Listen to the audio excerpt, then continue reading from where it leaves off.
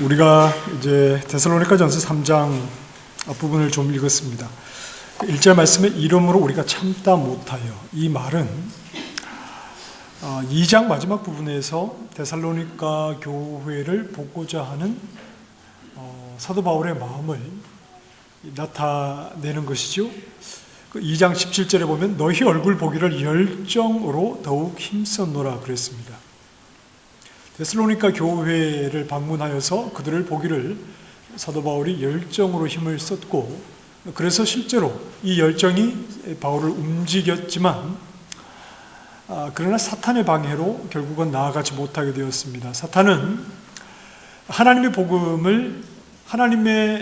복음을 전하는 것을 반대하는, 유대인들을 가리키는 말이죠.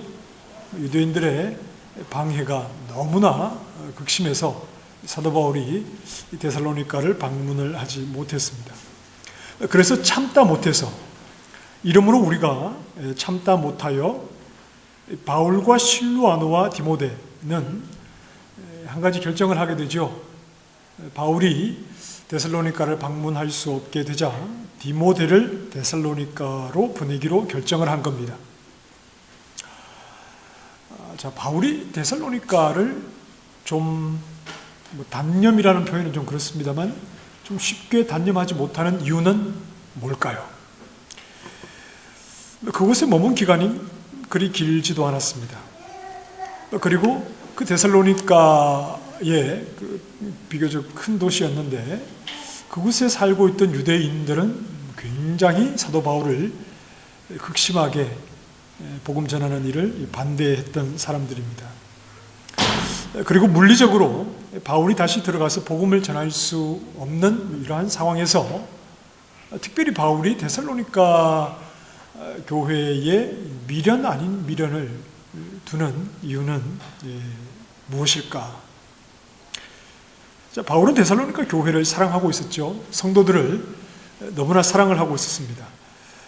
2장 8절 말씀으로 한번 가보실까요? 2장 8절 말씀에서 우리가 이같이 너희를 사모하여 하나님의 복음뿐 아니라 우리의 목숨까지도 너희에게 주기를 기뻐함은 너희가 우리의 사랑하는 자 됨이라 그랬습니다.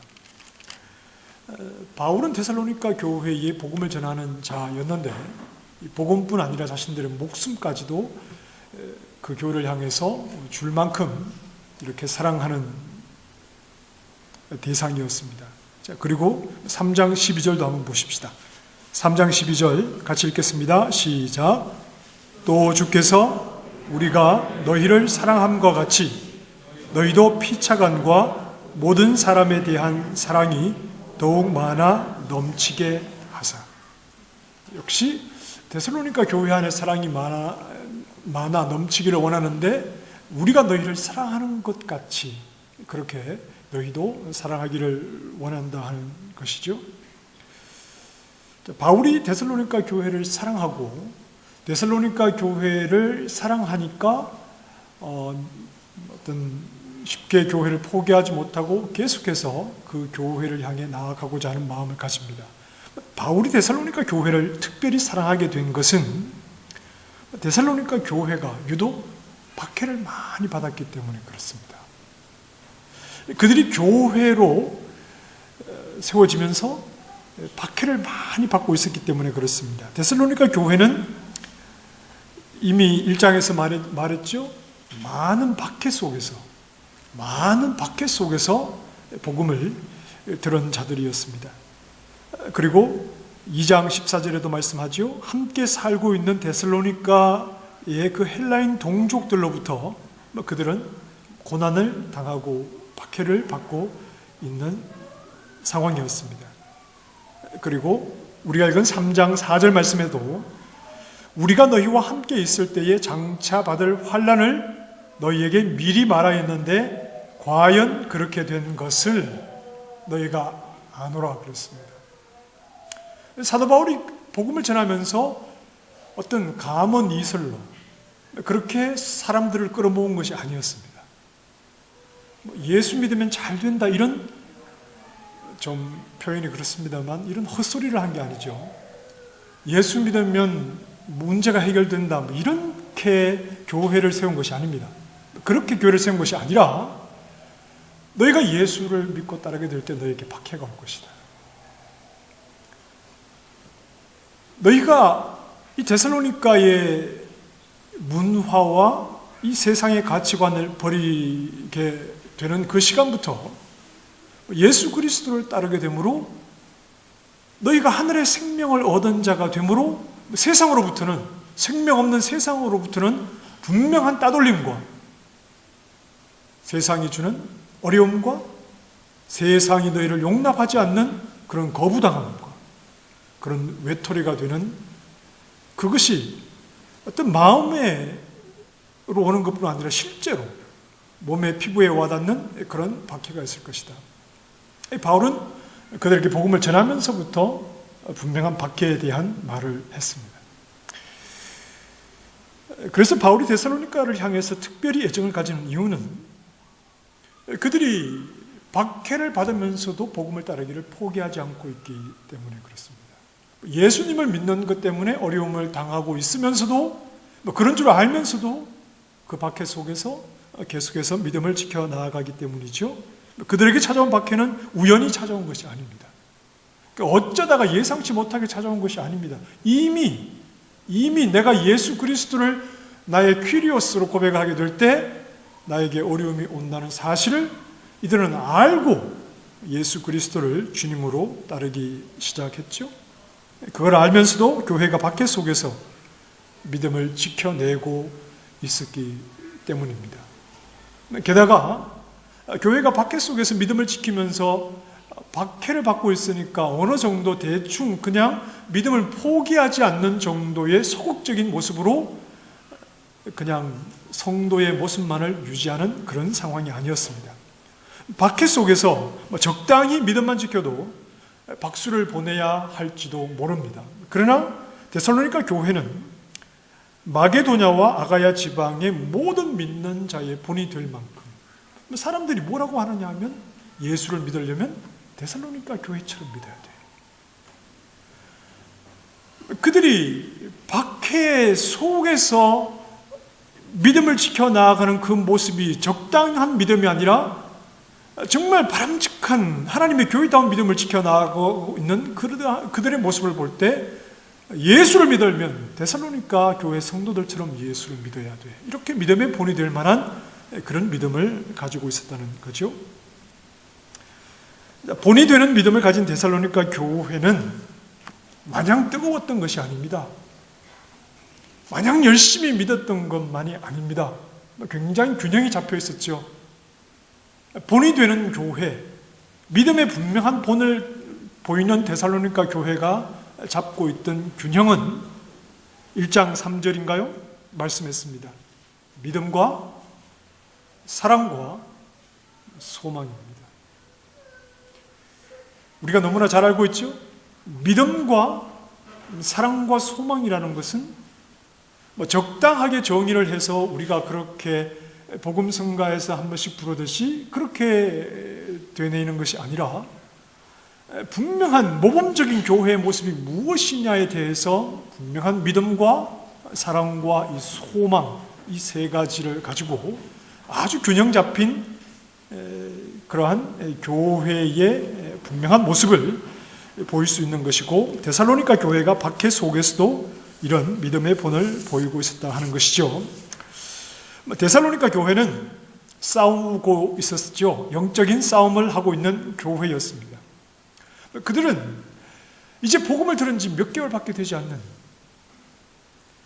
마치 아직 채 겨울이 가시기 전에 이런 그 봄 꽃이 아직 매순 추위가 남아있는데 영원한 싹을 피워내서 그 불어오는 매서운 바람을 견뎌내는 것처럼 이제 복음을 들은 지 몇 개월 만에, 그것도 처음부터 박해 속에서 복음을 들은 영원한 순과 같은 그러한 모습으로 사방에서 불어오는 그 박해의 그 매서운 바람들을 맞으며 그 생명력을 꿋꿋이 유지하고 있는 그러한 교회의 모습입니다. 게다가 외부에서 오는 고통을 이겨내느라 안으로는 아픔과 갈등과 고통과 상처가 있는 것이 아닙니다. 외부에서 오는 박해를 이겨내느라 그냥 수의 관계에 대해서는 소홀하고 무관심하고 그런 것이 아닙니다.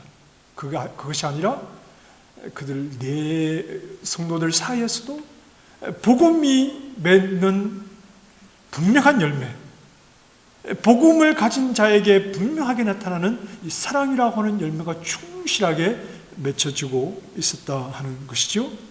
자, 이러한 교회의 모습을 볼 때 바울은 자신의 목숨까지도 주고 싶고 그들의 얼굴을 보고 싶은 간절한 그 연약한, 그럼에도 모든 고난의 바람을 견뎌내고 있는 교회를 직접 가서 그들의 성도들의 얼굴을 보고 믿음을 격려하고 그들에게 힘을 더하고 싶은 간절한 사도 바울의 이 마음을 품고 그들을 사랑하고 있는 것이죠. 자, 이렇게 말할 수 있지 않을까요? 그들에게 고통을 안겨준 사람은 누구입니까? 그들에게 고통을 안겨준 사람은 누구죠? 바울입니다. 그들이 고통을 당하게 된 것은 복음을 들었기 때문에 그렇죠? 그런데 그들에게 복음을 전해 준 자가 누굽니까? 바울입니다. 잘하고 해서 좀 그렇지만 그들이 사도 바울이 자신들에게 와서 복음을 전하여 줘서 그래서 그들은 지금 고통을 당하고 있죠. 그러나 정작 바울은 그들과 함께 고통의 자리에 서 있지도 못하고 멀리서 힘겹게 믿음의 싸움을 싸우는 성도들을 바라보면서 자기 목숨이라도 그들에게 주고 싶은 사랑의 마음으로 그들에게 가고자 했지만 계속해서 길이 막히고 있는 그러한 상황입니다. 자, 이런 바울의 마음, 데살로니가 교회를 바라보는 바울의 마음은 우리 주님의 마음이 아닐까요? 왜냐하면 바울이 전한 복음은 누구의 복음입니까? 데살로니가 교회가 고통 속에서 환란이 오는 줄 알면서도 그 복음을 따르고 있는 바울이 전한 복음은 누구의 복음입니까? 하나님의 복음입니다. 2장 2절에 말했죠? 하나님의 복음. 이건 그 복음의 주체가 하나님이시라는 거죠. 하나님이 계획하시고 하나님이 이루신 완성된 겁니다. 복음은 한 90%쯤 이루고 나머지 10%는 우리에게 이루라는 것이 아니라 하나님 그분의 계획 속에서 그분의 방법으로 모든 것을 완성하신 것입니다. 그래서 하나님의 복음이죠. 2장 4절에도 말하죠. 바울은 하나님의 복음을 위탁받은 사람이었습니다. 그래서 2장 13절에 바울이 전한 복음을 사람의 말이 아니라 하나님의 말씀으로 받는 것은 당연한 것이었습니다. 하나님의 복음을, 그 복음을 위탁받은 사람이 전하게 될 때 그 말씀을, 그 복음을 하나님의 복음으로, 하나님의 말씀으로 받는 것은 당연한데 데살로니가 교회가 그러했죠. 사도 바울이 데살로니가 교회를 가진 특별한 애정이 단순한 인간적인 애정이 아니었습니다. 하나님의 복음 때문에 맺어진 관계였고 박해 속에서도 복음에 순종하는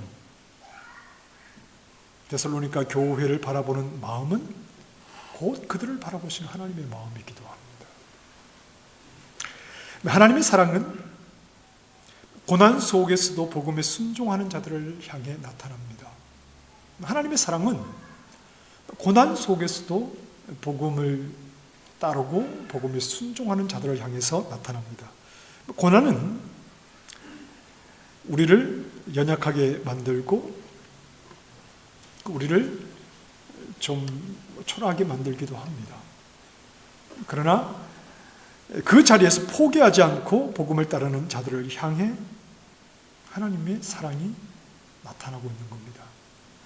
그 연약한 환난 중에서도 복음을 따르는 교회를 바라볼 때 사도 바울이 그 사랑의 마음으로 우리의 목숨까지도 주고 싶다는 사랑의 마음으로 그들을 바라본 것처럼 고난 속에서도 복음을 따르고 있는 성도들을 향한 하나님의 마음이 바로 사도 바울의 마음이다 하는 것이죠. 우리가 예수님을 믿으면서 고난이 없는 것이 좋은 것만은 아닙니다. 네, 오전에도 욥기를 또 우리가 생각하면서 고난에 대한 말들을 많이 하는데, 예수님을 믿으면서 고난이 없다, 이것이 좋은 것만은 아닙니다. 아닐 수 있습니다. 우리는 한결같이 예수 믿어서 고난 없이 살기를 원합니다. 그러시죠? 그리고 고난이 없다는 것을 감사하고 하지만, 고난이 없으면 우리 믿음의 진실성이 희박해질 수 있는 위험이 있습니다. 고난이 없어 감사하고 고난이 없는 것이 좋긴 한데, 고난이 없을 때 하나님을 향한 우리 믿음의 진실성이 희박해질 수 있는 위험성이 있습니다. 진실성이라고 하는 것은 내가 손해를 보면서도 포기하지 않는 것으로 확인될 때가 많습니다. 하나님을 향한 우리 믿음의 진실성은 그 주님을 따르고 주님의 복음에 순종함으로 나에게 오는 어떤 손해가 있음에도 불구하고 여전히 주님의 복음을 따르고자 하는 그러한 것을 통해서 우리의 진실성이 확인될 때가 있기 때문에 그렇습니다. 하나님을 향한 내 진실한 마음과 나의 신앙은 그것 때문에 포기할 것들이 생길 수 있습니다. 여러분, 믿음 생활 하시면서 포기할 일이 생기지 않으시던가요? 내가 예수님을 믿으면서 예수님을 믿는다는 그 이유 때문에 뭔가 좀 내려놔야 하고 포기해야 될 것들이 없으시던가요? 분명히 있으실 겁니다. 우리의 믿음의 진실성이라고 하는 것은 내가 예수님을 믿는 것 때문에 포기해야 할 일이 있을 때 그것을 포기하고서라도 예수님을 따르는 것으로 우리의 믿음의 진실성이 나타나게 되고, 그렇기 때문에 우리의 삶 속에 오는 어떤 어려움과 또는 어떤 고난과 또 고통, 이런 것들을 통해서 그것에서 벗어나기 위해서 하나님을 포기하는 것이 아니라 예수 그리스도를 따르기 위해서 그러한 것이 있음에도 불구하고 우리의 믿음을 지킴으로 하나님을 향한 우리의 믿음이 진실하다 하는 것을 우리는 증명할 때가 있습니다. 우리가 찬송하지 않습니까? 주 예수보다 더 귀한 것은 없네. 그 다음 뭐죠? 이 세상 뭐라고요? 이 세상 부귀도, 이 세상 명예도, 이 세상 행복도 그러한 것과 바꿀 수 없다.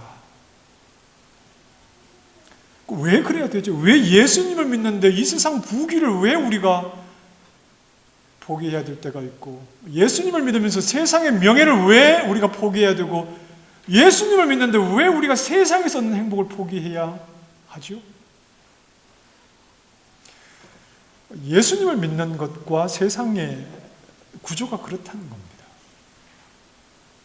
예수님을 믿는 사람들과 예수님을 알지 못하는 세상이 추구하는 그 방향과 구조 속에서 예수님을 믿게 될 때 우리는 세상이 좋다고 하는 것을 한 가지, 두 가지 포기해야 할 그런 자리에 서게 된다는 말이죠. 예수님의 부르심을 받는 그 자리는 그렇게 원했던, 밤새도록 그물을 내려 고기를 잡고자 했던 그 그물의 물고기가, 그물이 찢어질 정도로 많이 잡힌 물고기와 배를 내버려 두고 예수님을 쫓아가야 하는 그러한 상황입니다. 복음을 따라 살아가는 우리는 이 세상 속에서 복음 없이 살았을 때 가지고 있던 것을 버려야 할 것이 많습니다. 오늘 우리에게 물리적인 박해는 별로 없지요. 여러분, 예수님을 믿으면서 물리적인 박해가 있으십니까? 여기에서는 별로 없습니다. 있다면 우리가 길거리에서 전도지를 나눠줄 때 우리에게 지나가면서 한두 마디 하는 사람들이 있을 수 있습니다. 아니면 성전환한 성소수자들, 그런 사람들에 대해서 뭐라고 하면 안 된다, 그런 걸 죄라고 말하면 안 된다, 이런 부담 때문에 우리가 성전환을 하거나 그 동성 간의 이런 문제들은 하나님 앞에 죄입니다. 이건 성경이 그렇게 말씀하죠. 레위기에도 그렇게 말씀합니다. 죽이라고 그랬죠. 그건 하나님의 교회가 용납해서는 안 되는 부분입니다. 문자 그대로 우리가 그들을 죽이라는 것이 아니라 죄악된 세상에 어떤 굉장히 왜곡된 모습으로 나타나게 된 이런 어떤 성적인 부분에 대해서 교회가 그것을 왜곡된 채로 용납할 것이 아니라 잘못된 것을 잘못되고 죄인 것을 죄라고 말해주면서 그들이 회복할 수 있는 길을 열어줘야 되는 것이 교회의 역할이지, 세상이 그러한 그 성소수자들을 용납한다고 해서 교회도 그것이 죄가 아니니 무조건 용납하는 것은 사랑이 아닙니다. 이런 정도는 우리가 예수님을 믿으면서 이 땅에서 가지게 되는 좀 어려움일 수 있겠지요. 죄악된 본성으로 가득한 세상에서 우리는 얼마든지 하나님을 향한 우리의 진실성을 확인하며 나아갈 수 있습니다. 다시 말해서 우리에게 물리적인 박해는 없지만 얼마든지 예수님을 믿는 그 믿음 때문에 포기해야 하고 손해를 봐야 하는 그러한 일들은 얼마든지 우리에게 있다는 말입니다. 구체적인 예를 들지 않아도 생각을 해보면 상당히 많을 것 같습니다. 물질과 관계된 부분도 그러하고,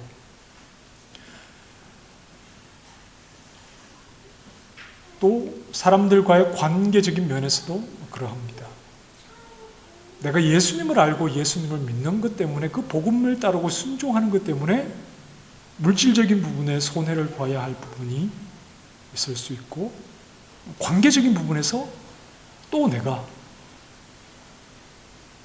말을 하지 않고 또 참고 또 이해해주고 기다려주고 손해를 봐야 하는 부분도 우리에게는 분명히 있습니다.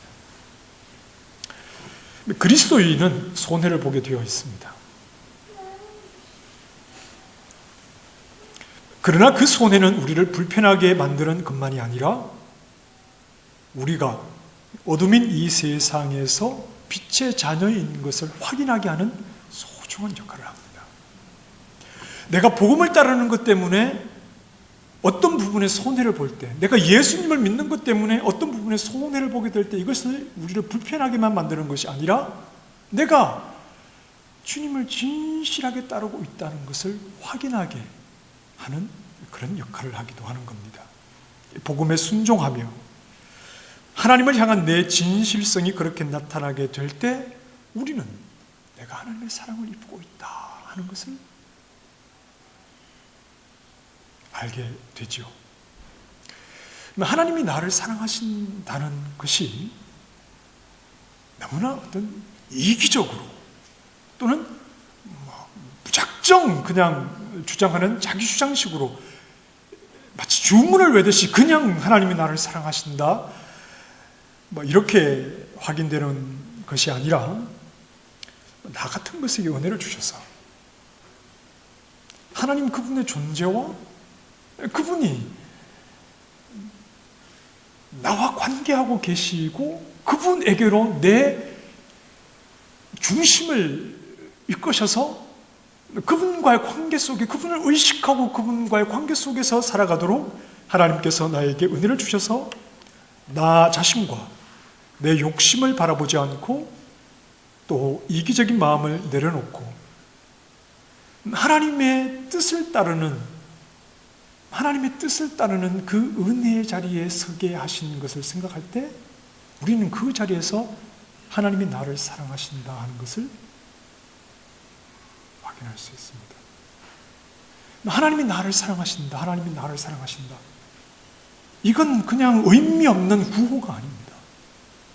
나를 사랑하시는 하나님의 사랑은 내 마음속에 하나님의 복음을 따르고자 하는 마음을 주셔서 그 복음을 따름으로 손해를 보는 자리 또 뭔가 희생을 하는 자리에 서게 될 때 그 자리라도 주님의 복음을 따르고자 하는 마음으로 묵묵히 서게 될 때 하나님께서 나를 하나님을 알고 하나님을 따르는 자리에 세우심으로 이러한 마음을 주셔서 하나님을 따르게 하심으로 하나님이 나를 나를 사랑하고 계시는구나 하는 하나님의 사랑을 그 속에서 경험하게 되는 것이죠. 하나님이 나를 사랑하신다, 하나님이 나를 사랑하신다, 이 말은 어떤 표독스러운 눈빛을 가지고 할 수 없는 말입니다. 하나님이 나를 사랑하신다, 이 말은 아무 감각 없이 그냥 입으로만 내뱉을 수 있는 말이 아니라 하나님이 주시는 마음을 가지고 복음에 순종하는 자리에 서본 자가 그 자리에 나를 설 수 있도록 내 생각과 내 중심을 이끄시는 그분의 손길을 경험한 자가 하나님이 나를 사랑하시는구나, 이 고백을 할 수 있는 것이죠. 그래서 우리는 하나님이 나를 사랑하신다라고 말할 때 우리는 감격합니다.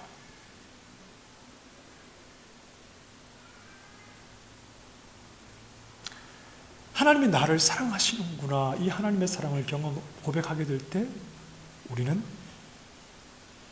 감격하게 되죠. 감격하는 자리는 나를 내려놓은 자리입니다. 손해를 본 자리입니다. 모든 것을 다 가지고 내가 원하는 것을 다 채워서 하나님이 나를 사랑하신다, 그리고 감격하는 것보다 하나님께서 이끄시는 그 길을 따라감으로 우리는 하나님이 나를 사랑하시는 것을 확인하게 되고 감격하게 되지요. 자, 다시 1절 말씀을 보십시다. 이러므로 우리가 참다 못하여 잠시 아덴에 머물고 있는 바울과 실라와 디모데는 그들을 대신해서 디모데를 보내기로 결정했습니다. 사랑하는 성도들, 사랑하는 데살로니가 교회, 박해 속에서 믿음의 싸움을 싸우고 있는 교회, 하나님을 향해서 그 믿음을 포기하지 않고, 그리고 하나님께서 그들을 불러주셔서 그들 마음속에 사랑의 마음으로, 희생의 마음으로 손해를 보는 자리에 서서 묵묵히 믿음의 길을 걸어가고 있는 그들에게 바울은 디모데를 보내서 뭘 하려고 하는 거죠? 2절 말씀에 디모데를 보내노니 이는 너희를 굳건하게 하고 너희 믿음에 대하여 위로함으로 아무도 이 여러 환난 중에 흔들리지 않게 하려 함이라. 디모데를 보내는 이유는 환난 중에 있는 교회가 환난 때문에 흔들리지 않도록 하려고 하는 것입니다. 무슨 말이죠? 박해를 계속 견디게 하겠다는 겁니다. 그들에게 오는 환난, 복음을 따르는 것 때문에 그들에게 오는 그 어려움을 포기하지 않고, 그것 때문에 믿음을 포기하지 않고 그것을 계속해서 견디게 하고 믿음 안에서 더 굳건하게 교회를 세워가려고 하는 것이죠. 자, 여기서 흔들리다는 말은 문자적으로 강아지가 꼬리를 치다는 말입니다. 강아지 꼬리 치는 거 보셨죠? 네. 이 말은 1차적으로 중심을 잡지 못한 것을 말하겠죠? 계속 왔다 갔다 하는 어떤 그러한 모습일 수도 있습니다. 그런데 또 하나 생각해 볼 수 있는 것은 강아지가 주인에게 꼬리를 치고 아양을 뜨는 이유가 뭔지 아십니까? 그래야 주인이 귀여워해주고 밥을 주기 때문에 그렇죠. 강아지는 자기를 미워하는 사람에게 절대 꼬리를 흔들지 않습니다. 성도는 환난 중에 흔들리지 말아야 합니다. 세상을 향해서 우리의 마음이 빼앗기지 말아야 되겠죠? 우리의 분명한 중심을 가지고 고난 속에서도 예수 그리스도와 그 복음에 순종하는 그 길을 걸어가야 합니다. 그리고 우리에게 환난을 주는 세상을 향해 꼬리치며 아양 떨지 말아야 하지요. 우리에게 생명 양식은 세상으로부터 나오는 것이 아닙니다. 우리가 얻는 생명 양식은 하나님으로부터 나올 뿐입니다. 자, 그러기에 바울이 보내는 디모데는 이런 사람이죠. 2절에 우리 형제 곧 그리스도의 복음을 전하는 하나님의 일꾼이라고 그랬습니다. 여기서 그리스도의 복음이라고 표현한 이유는 하나님의 복음을 여기서 그리스도의 복음이라고 표현한 이유는 하나님의 복음을 실현하는 분이 바로 그리스도인 예수님이시기 때문에 그렇죠. 하나님의 복음에 순종하는 자들은 이 복음의 내용이 되시는 그리스도를 순종하는 자요, 그리스도를 뒤따르는 자입니다. 디모데는 그 일을 하기 위해서, 그렇게 교회가 데살로니가로 가서 교회가 계속해서 그리스도의 복음과 그리스도의 길을 뒤따르도록 하기 위해서 디모데를 그들에게 보내는 겁니다. 데살로니가 교회가 더욱 복음을 순종하는 자들이 되기 원하는 것, 그것이 온 마음을 다해서 자기의 목숨이라도 주어서 사랑하는 데살로니가 교회에 바라는 사도 바울의 바람이었습니다. 자신이 가려고 했던 것도 그렇고 자신이 갈 수 없어서 디모데를 보내는 것도 마찬가지로 그들에게 예수 그리스도와 그 복음을 따르는 길을 포기하지 않고 하나님의 사랑을 입은 자답게 그렇게 복음에 순종함으로 그들에게 오는 손해와 또 아픔과 또 낮아짐의 자리에서 더 주님의 사랑을 경험하며 그 길을 가도록 하기 위해서 사도 바울이 디모데를 보내는 것입니다. 자, 오늘 우리도 마찬가지입니다. 데살로니가 교회는 당시의 마게도냐와 아가야 지역의 믿음의 본이 될 뿐 아니라 모든 시대에도 본이 될 만한 교회의 모습이고 우리에게도 분명한 교회의 모습으로 제공되는 그러한 본이 되는 교회이지요. 우리는 복음에 순종하는 자들입니다. 우리는 복음이신 그리스도를 뒤따라가는 자들입니다. 우리가 순종하는 복음 안에서 흔들리지 않으려면 우리는 희생할 준비가 되어 있어야 합니다. 내 믿음의 진실성을 나타내기 위해서, 내 믿음의 진실성을 확인하기 위해서 우리는 그리스도의 복음을 따르는 자로, 예수님을 뒤따르는 자로 좀 손해보고 희생할 준비가 되어 있어야 합니다. 이것은 우리에게 물리적인 박해가 없어도 오늘 하나님의 교회로 당연히 확인해야 되는 부분이죠. 그리스도께서 가신 길을 묵묵히 뒤따르며 더욱 진실한 마음으로 주님을 향한 우리의 마음을 확인할 수 있기를 바랍니다. 여러분, 우리가 예수님을 믿어서 물질적인 것을 많이 얻는 것, 물론 그것도 너무나 귀한 일이지만 우리가 예수님을 믿어서 우리 안에 하나님으로 가득 채워지는 것이 가장 귀한 일입니다. 제가 강조하지 않습니까? 하나님으로 가득하면 물질이 없어도 그 속에 하늘의 평안과 기쁨이 있기 때문에 그렇고, 물질로만 가득하면, 물질이 사라지면 믿음도 확인되지 않는 겁니다. 정말 우리에게 중요한 것은 우리 안에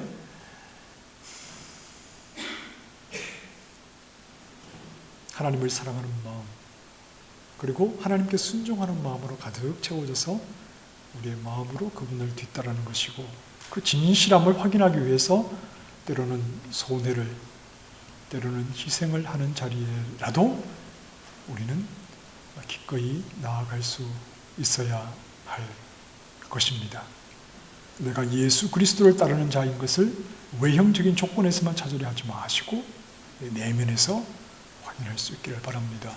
그리고 이 믿음의 길에서 흔들리지 않고 계속해서 주님의 뒤를 따르는 이 복음에 순종하는 길을 걸어가는 하나님의 성도들, 그리고 하나님의 사랑 안에 머무는 주의 백성이 되기를 소망합니다. 기도하겠습니다.